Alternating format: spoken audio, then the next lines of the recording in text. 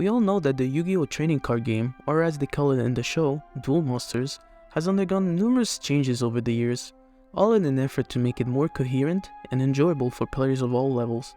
I wanted to look at how this game has evolved starting from its humble beginnings in its original manga.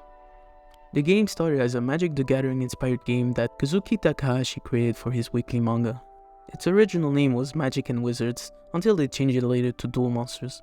Since the original Yu-Gi-Oh! Manga was about playing different games with different opponents, it was supposed to be a one-off thing, and even Kaiba was originally just a villain of the week. In the first iteration of the game, these were the rules as described in the manga. Each player makes a deck using 40 cards. There are two kinds of cards, monster cards and spell cards. Each player starts with 2000 life points. If a player's life runs out, they lose. At the beginning of the duel, each player draws 5 cards. Each turn, the turn player draws 1 card from their deck. If a player cannot draw because there are no more cards in their deck, they lose. The turn player can summon monsters from their hand in attack or defense position. Attack mode is vertical, defense mode is horizontal. If two monsters in attack position battle, the one with the lowest attack loses and gets destroyed, and its controller loses life points equal to the difference. When two monsters with the same attack battle, they are both destroyed. When battling a defense position monster, if the defense is lower than the attack, then the monster is destroyed, but the controller does not lose any life points. If the defense points are higher, then no monster is destroyed, but the controller of the attacking monster loses life points equal to the difference between the attack and defense. Destroyed cards are sent to the graveyard. The turn player can activate spell cards from their hand. Spell cards cannot battle, but they can use to affect other cards or the players, and spell cards can be played face down on the field until they are ready to be used. As we can see, many of the game's original rules have been maintained until this day. These serve as the fundamental framework for what would follow, and the game's rules altered throughout time, much like in real life. These rule sets lasted until the end of the Dead Tea arc of the manga. During the Duelist Kingdom arc, the game became a bit more fleshed out. There were multiple notable additions to the game that added a new layer of complexity.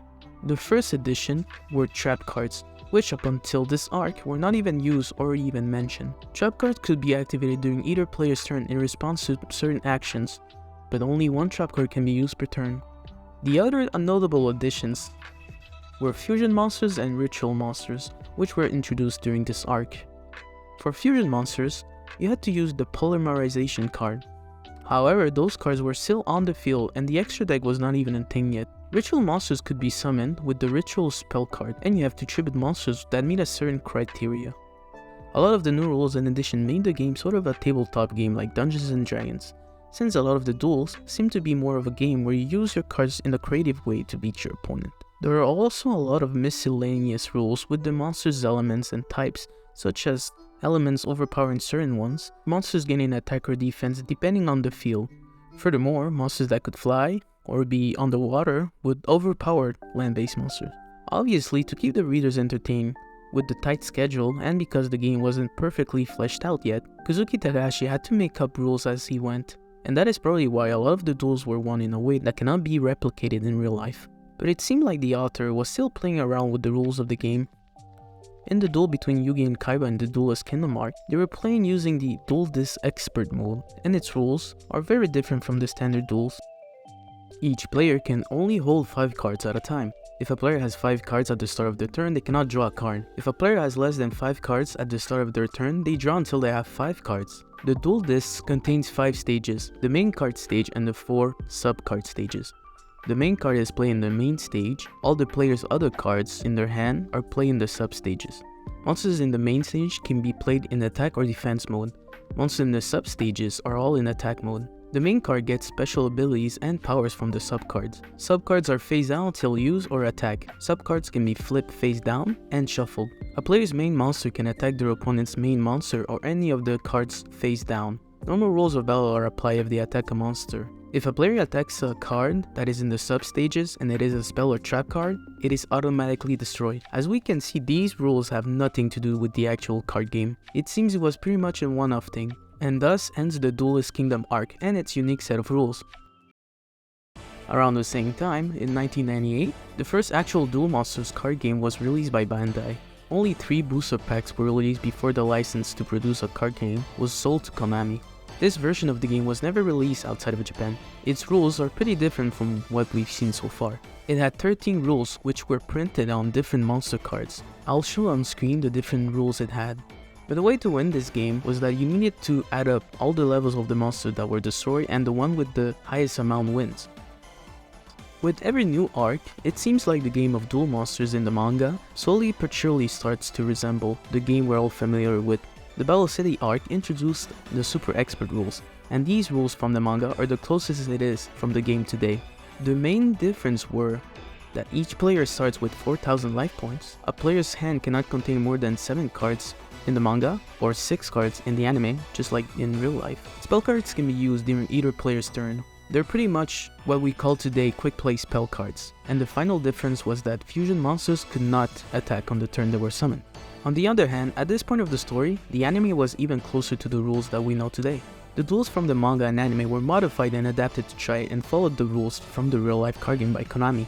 And speaking of the real-life card game, it was around 1999 that Konami launched their version of the game, naming it the official card game, and where the manga and anime adapted the rules from. Before the rules that we know today, there was a rule set that resembled the early stages of the game in the manga. You could summon one monster per turn with no tribute needed for high level monsters, and you could only use a spell and trap card once per turn. But then they released the Expert rules, which are similar to the Battle City rules and are pretty much the beginnings of what we play today. We have the 8,000 life points. Each player have a minimum of a 30 card deck. High level monster require tributes to be summoned. Spell and trap cards can be set or activated on your main phase with no limitations on the number you can use. However, trap cards must be set for at least a turn before being able to use them. These rules are pretty much set in stone and they've been using them ever since. After the original series came Yu-Gi-Oh! GX. It follows these rules with some minor differences, such as the life points being at 4,000, or the fact that they could summon monsters in face-up defense position. The rest of the spin-offs also closely follows these rules, and they always kept up to date with the current rules and mechanics that were introduced at that time. After the GX series, the new era of Yu-Gi-Oh! Began with the introduction of Synchro monsters and the Master Rules in 2008.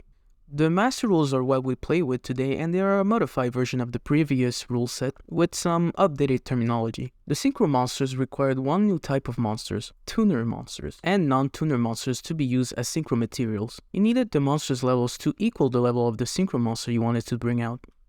The introduction of this new mechanic brought about many new strategies and deck archetypes. It added a new layer of complexity to the game. Players had to reconsider the monster's level, making deck building more strategic. It was at this point that the game saw a shift to focus on extra deck mechanics.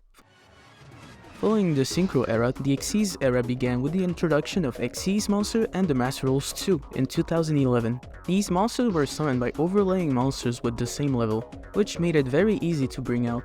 Xyz monsters had ranks instead of levels, and they had the ability to detach material to activate their effects. The Master Rules 2 updated once again some terminology of the game, but no major changes were made. Following Master Rules 2 came Master Rules 3, and the introduction of Pendulum monsters, which were half monsters and half spells. They had their own special zones called Pendulum zones. When two Pendulum monsters were placed in the Pendulum zone, you could simultaneously summon monsters whose level are in between the Pendulum scales. They also had the special ability of being placed face up on top of the extra deck so that you could summon them again with a Pendulum summon. Needless to say, it was a very powerful new mechanic, because every turn you could technically summon 5 monsters at the same time. Master Rules 3 came with some changes in the rule, namely, the first player no longer draws during their draw phase, and each player can control one face-up field spell card on their field. It also simplified the damage step into 5 timings. The start of the damage step before damage calculation, during damage calculation, after damage calculation, and end of damage step. The Link era came with a lot of new changes in 2017. Link monsters were very different from everything that came before. Instead of levels, they had Link arrows, and they also had no defense, so they cannot be in defense position. With the introduction of Link monsters came a new layout of the playing field once again. They moved the Pendulum zones to spell and trap zones, and they created the extra monster zones where monsters from the extra deck had to be placed. It was a very restrictive period in the game's history because if you wanted to play other extra deck mechanic, you needed to play Link monsters. Link monsters in the extra monster zone acted like a current that gave your other monster zones the ability to bring out extra deck monsters as long as the Link monster points to that zone. They are also the easiest monsters to bring out. You just need to send monsters to the graveyard equal to the Link rating they have. And if you use Link monsters to bring out another Link monster, the Link rating of the monster can be treated as multiple materials, so it makes it easier to climb up the Link ratings without using too much resources. In 2020, the Master Rule revision lifted the restriction of needing Link monsters for Fusion, Synchro, and Xyz monsters. Only Link monsters and Pendulum monsters summoned from the extra deck needed Link arrows to point to a monster zone. I truly believe that this version of the game is the most fun and diverse the game has ever been, because there are so many ways to play the game, and so much freedom too. As of today, the only Yu-Gi-Oh media that uses the updated rules is the manga Yu-Gi-Oh OCG structures, which I haven't really read, but it follows the rules perfectly.